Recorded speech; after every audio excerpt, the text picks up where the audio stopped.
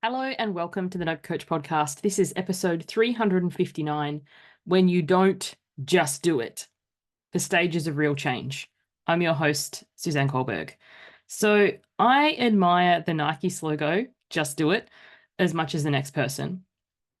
However, as easily as it rolls off the tongue, or as nice of a ring it has to it, when it comes to real world application, it often comes up sadly lacking. And instead of us thinking that the phrase is sadly lacking, many of us think that, there's something fundamentally wrong with us because we can't just do it. If it was that simple, then many of us wouldn't be stuck in habits that don't serve us.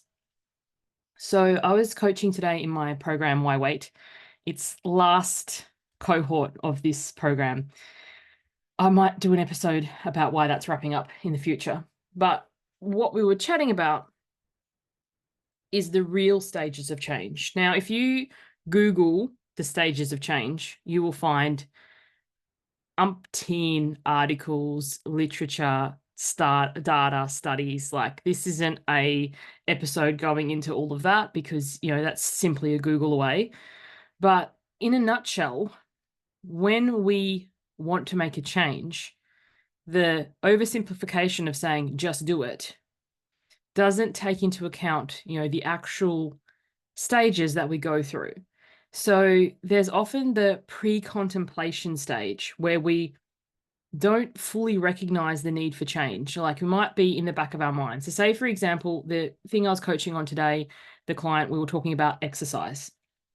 So you might be like, whatever reason drives you to want to exercise. Your clothes are no longer fitting, or you can't walk up a flight of stairs without getting out of puff, or you're going to go on a holiday and a trip and you want to increase your fitness, whatever. But many of these things lead to the pre-contemplation. You might find yourself walking up a flight of stairs, being out of puff and going, whew, I need to do something about this. Pre-contemplation. You might pull on a pair of pants because, like, here in Australia, it's getting cooler.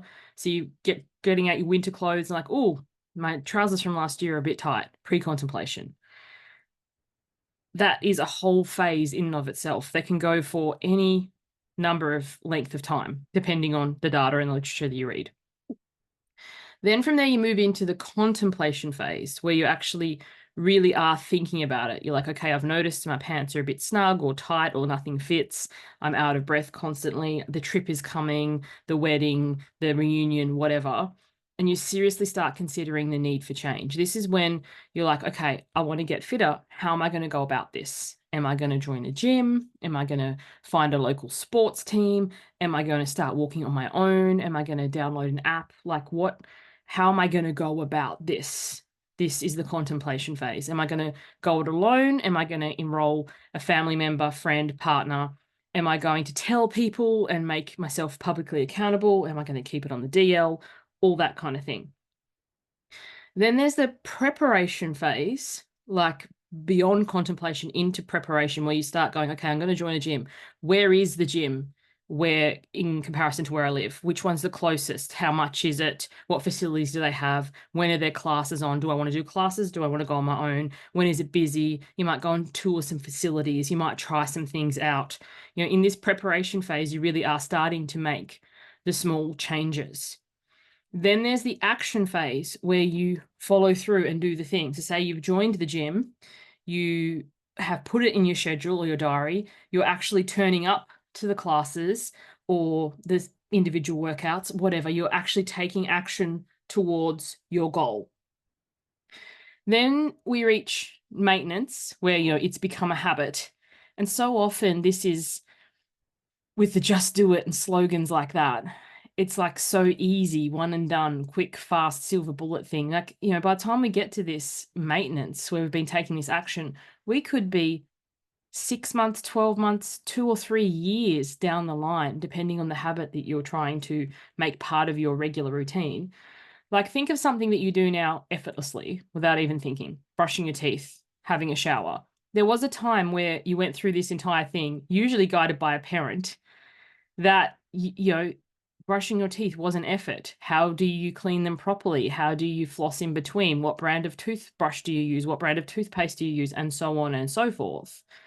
But now You just do it without thinking because you've gone past the maintenance to the termination phase, which is where the old ways are no longer present. You not brushing your teeth isn't even a consideration. You're just somebody who brushes your teeth now.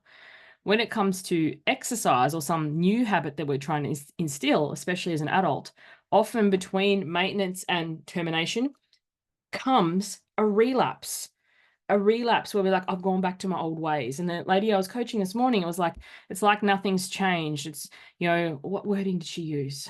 I'm trying to, I'm contemplating her thing. She's like, oh, I can't remember, but we've all been there. It's like, you know, nothing's happened. I'm back to square one. I'm taking 2 steps forward and 3 steps back. I'm even worse, and so on and so forth. What we neglect entirely with the just do it terminology is that relapses are common for a whole host of reasons. A relapse may happen because a stressful event has happened.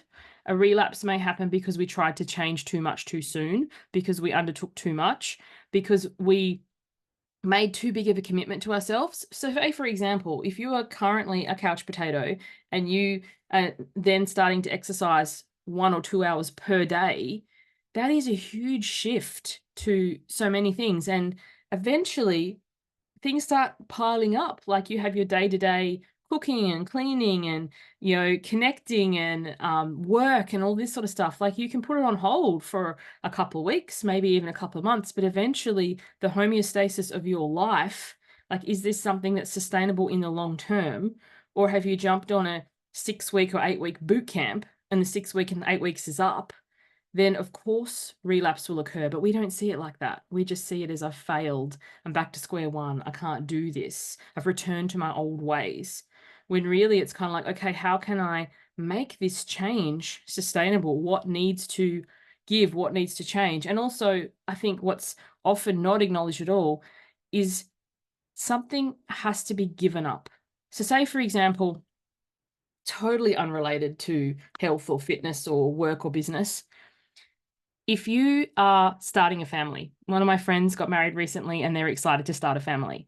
When you have the baby, when your baby is born, it's exciting, it's amazing, it's life-changing, but something is also being given up. The part that's being given up is the freedom to do whatever you want, whenever you want. Somebody is wholly and solely reliant on you for quite some period of time. You can't just pick up and go to a movie or have a weekend away or, you know, just go out to the gym or whatever. You have somebody you either need to take with you, organize care for, and all this sort of stuff.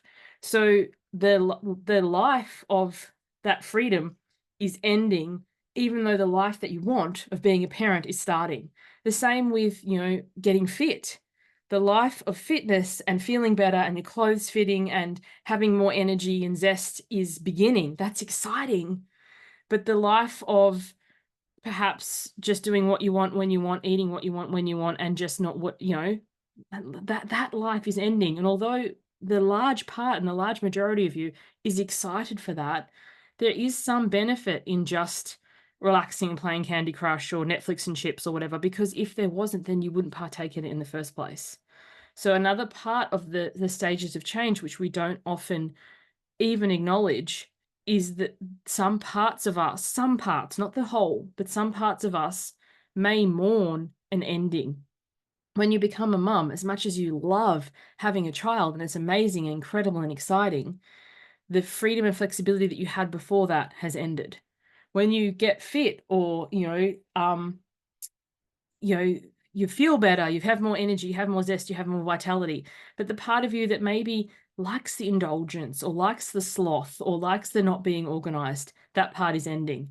I'm thinking about, say, when people become famous, like their anonymity, their ability to just go to the supermarket or leave the house in their sweats or, you know, not worry about what they say, that is ending because there's going to be paparazzi. There's going to be people who are following them. Every single word of theirs is going to be taken and put up on the internet and all this sort of thing.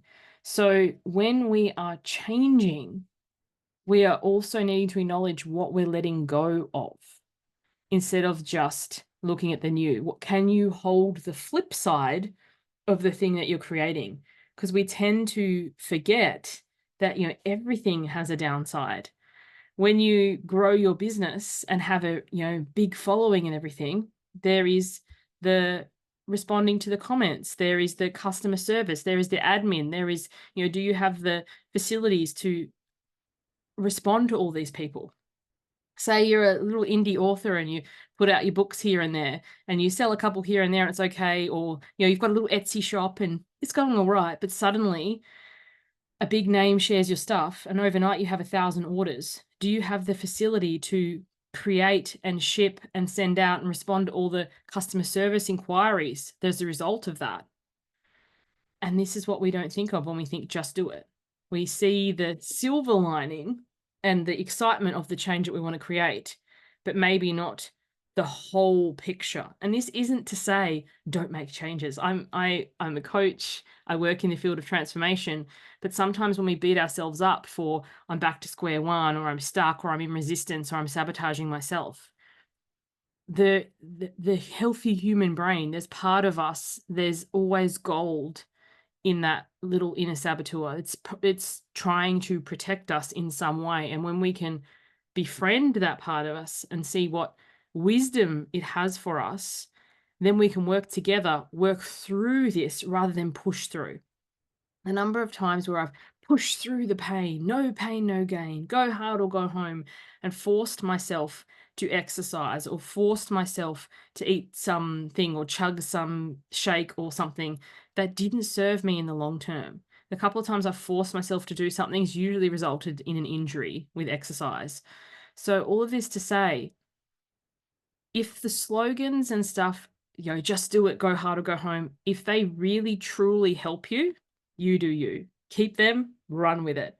But if you're kind of like, it's just not working for me and I feel like a massive failure, I feel like there's something fundamentally wrong with me because I just can't get my shit together, my invitation for you is to embrace the stages of change. Realize that it might take longer than you first anticipated, but the time's going to pass anyway.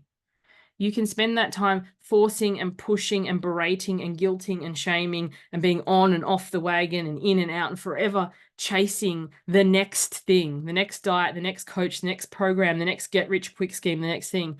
Or you can just be like, I'm done with all of that. This is where I'm going. And I'm realizing it's going to take the time that it takes. And right now I'm in the pre-contemplation phase, or I'm in the contemplation phase, or I've had some success, I've taken some action and I've relapsed. And I'm just going to be kind and I'm going to be compassionate.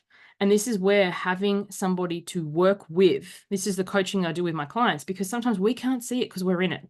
We feel frustrated and we feel like we haven't done enough, or we're undeserving, or we're unworthy, or all this sort of stuff. And sometimes someone externally can say, hang on, let's have a look at all that is going on in your life right now and all the things that you're navigating. And you're doing freaking amazing. And the power of having a person external to you to help you through that is incredible. And if that is not in your budget at this time, then who can you enroll in, family or friends, but making sure that you have a really clear conversation of what it is that you want from them and how they can best support you. Because sometimes our well-meaning loved ones, instead of being the support that we need, can either become enablers. Oh, it's not that bad, just this once, you'll start again Monday. Or so they enable our stuck self-sabotaging behavior, or they can become really pushy. How much do you want this? You said you weren't going to do that anymore. You said you'd do this. And then there's tension and friction that we don't want in our friendships or our relationships. So having a look at, whereabouts you are, which stage of change you're in, how you can best support yourself. If you're in a place where you can enroll, like pay for coaching or help to help you get through it. And also too, when you are looking to hire someone to help you, having a conversation, like a real conversation of where you're at and where you want to go. And is this the best person to support you on this journey? Or are you just going to be shoved into their mold and their way of doing things? So lots of things to consider, but a takeaway, at least for me, and I'd love to hear your takeaways. If you're watching on YouTube, please pop them in the comments.